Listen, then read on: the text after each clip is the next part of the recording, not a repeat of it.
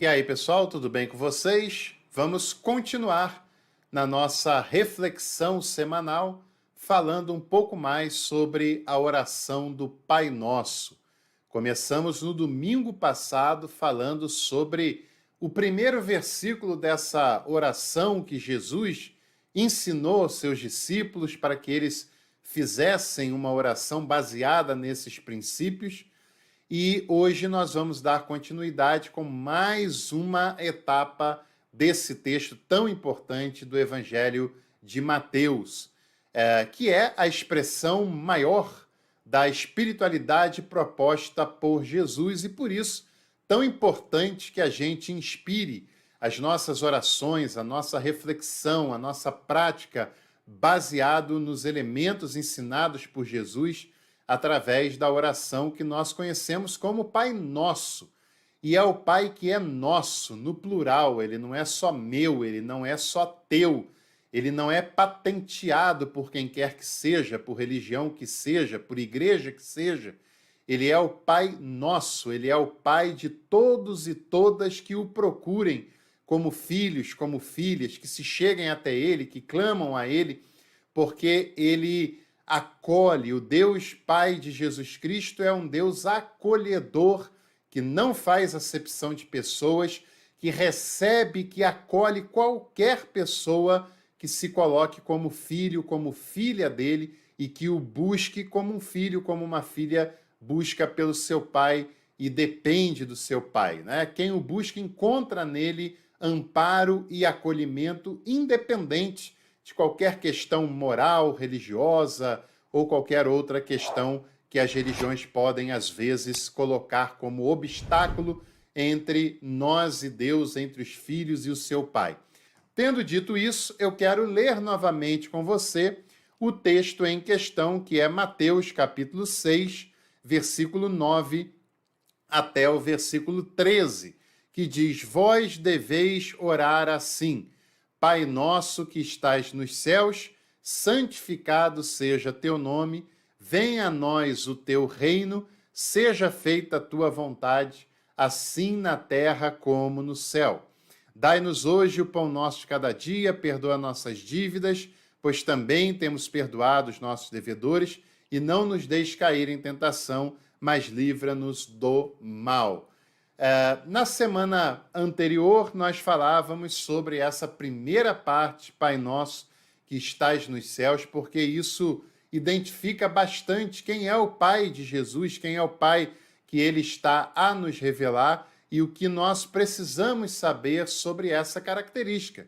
Que o Deus de Jesus é Pai, que ele é Pai nosso, não é apenas meu, não é Pai da religião, que ele está nos céus ao mesmo tempo que está dentro de nós, né? Ele está nos céus, não está submetido aos nossos sistemas e às nossas prisões que construímos.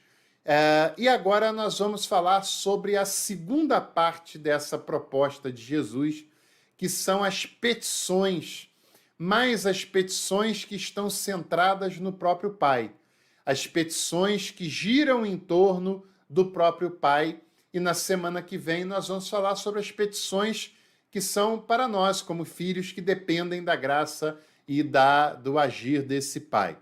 Mas se você parou para pensar bem, depois que Jesus diz Pai Nosso que estás nos céus, tem a primeira petição, que é: santificado seja o teu nome, santificado seja o nome de Deus.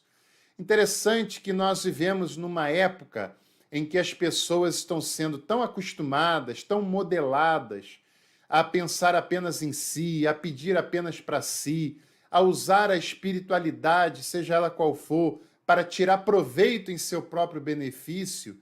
Jesus nos ensina de uma maneira tão clara, tão simples, tão contundente, que o modelo que ele ensina os seus discípulos a buscar a espiritualidade é um modelo que começa centrado em Deus, que começa centrado em pedir coisas para Deus que são para o próprio Deus. Que interessante, não que nós possamos, entre aspas, abençoar a Deus, que não faria nenhum sentido isso, mas que Jesus entende que antes de qualquer coisa, nós não somos apenas pedintes, Nós não somos apenas pessoas que estão ali diante do Pai para satisfazer o seu próprio ego. Jesus está se relacionando com discípulos, que é mais do que apenas pessoas que querem tirar proveito desse processo. Quem só quer tirar proveito não é discípulo e muito menos filho, muito menos filha. Mas não porque ele exclui, mas porque não se coloca como filho, não se coloca como discípulo, né? E essa oração de espiritualidade requer também um engajamento nosso. Nós não podemos apenas usar o nome de Deus, nós temos que nos identificar com o Pai. Se você apenas usa a herança do seu pai, o nome do seu pai, o carinho do seu pai, os conselhos do seu pai, os benefícios que seu pai pode fazer, mas não desfruta do seu carinho, do seu amor, da sua companhia, você não está se portando como filho, está se portando apenas como alguém que tem interesses em usufruir desse pai, né? Qualquer outra pessoa interesseira fazia a mesma coisa, agora só o filho, só a filha pode desfrutar da companhia, do amor, da bondade do seu pai, da sua mãe. E a primeira petição é: santificado seja o nome de Deus. Mas quem fará o seu nome ser santificado não é ele, porque da sua parte ele é santo na sua plenitude. Mas nós, como discípulos dele, devemos santificar o seu nome na nossa vida, nas nossas ações, no nosso dia a dia. E como nós santificamos o nome de Deus? Quando nós não usamos o seu nome em vão. E usar o seu nome em vão, tomar o seu nome em vão, tomar o seu nome no vazio, não é apenas deixar de usar o nome de Deus em gírias, em expressões, em conversas paralelas do dia a dia, usar apenas em orações. Não, não é só isso, não. É algo mais sério, é algo mais profundo. É não usar Deus no vazio, é não usar Deus para satisfazer o seu próprio ego, para satisfazer as suas próprias maldades, para satisfazer o seu próprio egoísmo e achar que ele está à sua disposição. É não viver um evangelho triunfalista que boa parte das igrejas tem nos vendido, e a palavra é essa mesmo, vendido, porque falam, mas exigem tantas coisas que não é graça, que não é gratuito.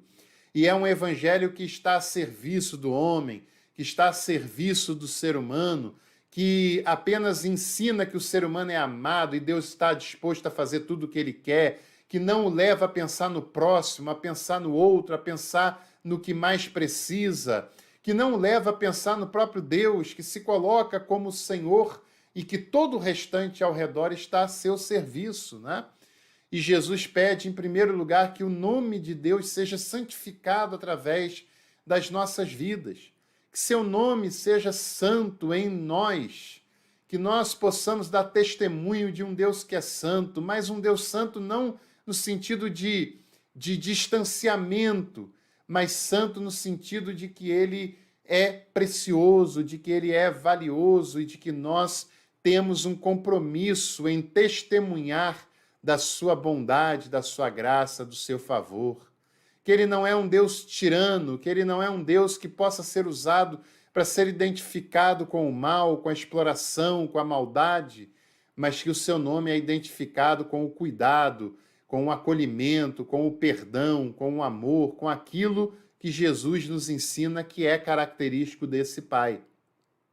Depois Jesus diz: venha a nós o teu reino. Essa expressão é muito interessante. Jesus não está disposto a construir um reino paralelo, um reino independente.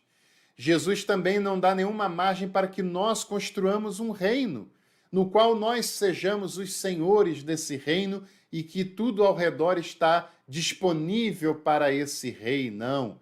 Mas é vir a nós o reino de Deus, o reino que é dele, onde ele é o soberano, onde ele é o monarca, onde ele é um rei, mas um rei que não se baseia na soberania e nem na tirania, como o próprio Jesus ensinou para os discípulos quando eles pediram para um sentar à direita, o outro à esquerda, e Jesus disse: entre vós não é assim. Entre vós o reino é baseado no serviço, é baseado em olhar para o outro, é baseado em olhar para o próximo. Os reinos desse mundo são baseados em olhar para dentro de si, em olhar para si, em ser centrados em si mesmo. Mas o reino de Deus é para fora, é para o outro, é em prol da outra pessoa e não em prol de mim mesmo. E Jesus clama não para que nós sejamos levados ao reino de Deus, mas para que o reino de Deus venha até nós. E o reino vem até nós quando nós vivemos os valores do seu reino. E os valores do seu reino passam pela justiça, passam pela luta contra a maldade, a injustiça, a exploração, seja contra os sistemas opressores que forem.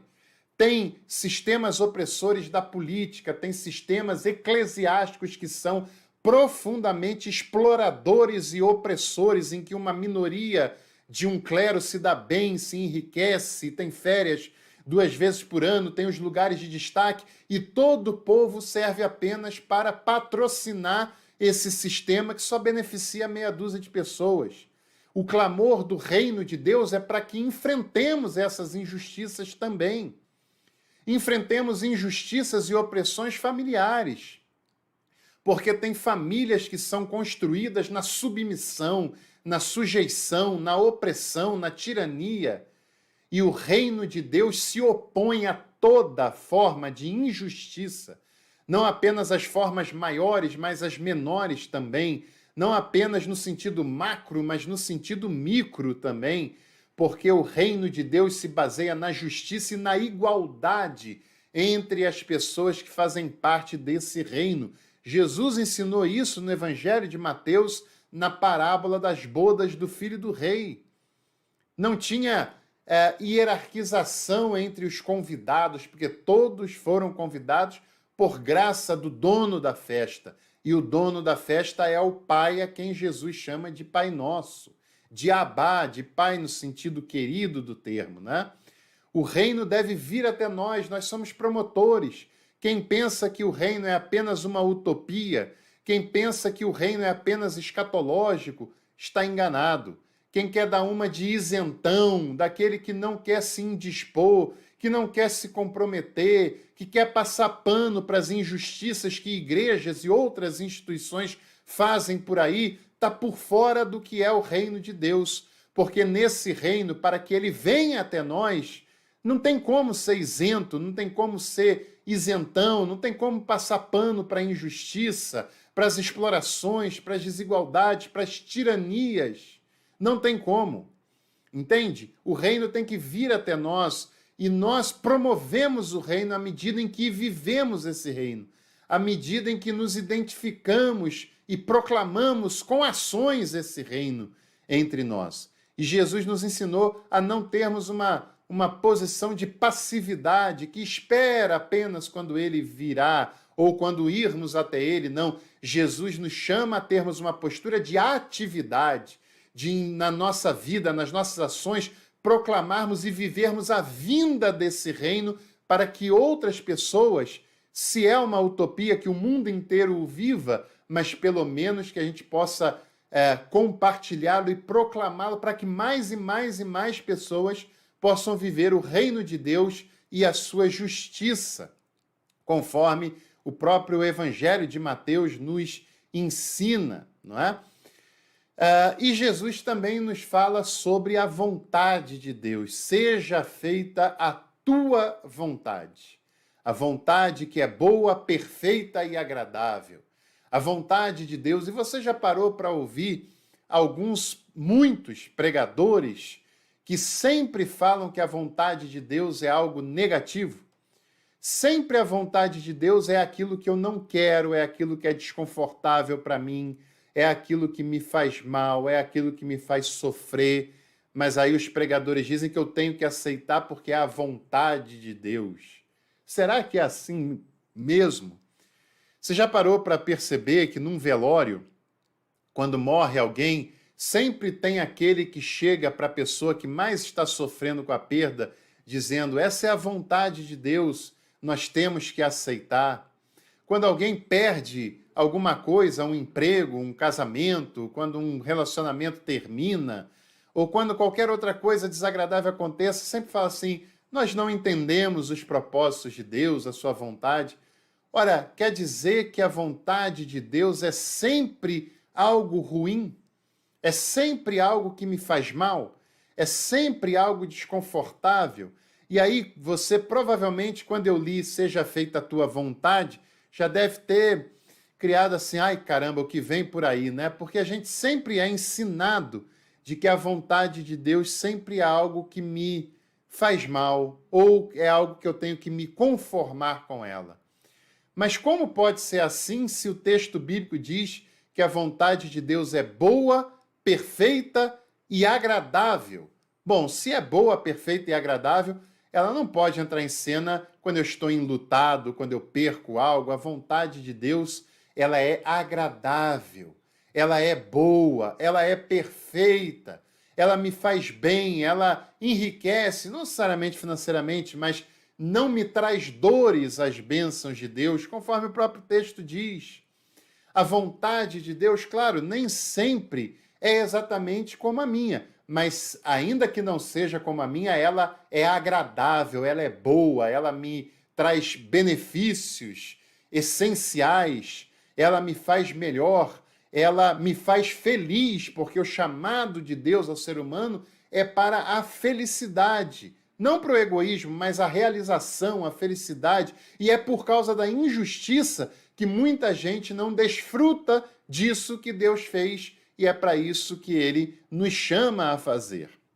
Então, na oração do Pai Nosso, depois de citar quem é esse Deus, que é Pai, que é nosso, que está nos céus, mas que se importa conosco, Jesus faz 3 petições: que o nome dele seja santificado, que o reino dele venha até nós e que a sua vontade seja feita. O nome, o reino e a vontade.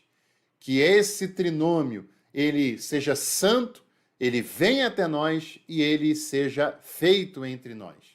E será através da nossa conscientização e da nossa vivência diária, porque isso não é mágica, isso é envolvimento com o Pai que Jesus nos apresenta. E que essa reflexão tenha te instruído, tenha te acrescentado, que você tenha uma semana de paz e de desfrutar da presença do Pai que é nosso, para você e para toda a sua família. E em breve a gente se encontra por aqui para mais conteúdos do Café com Teologia. Até lá!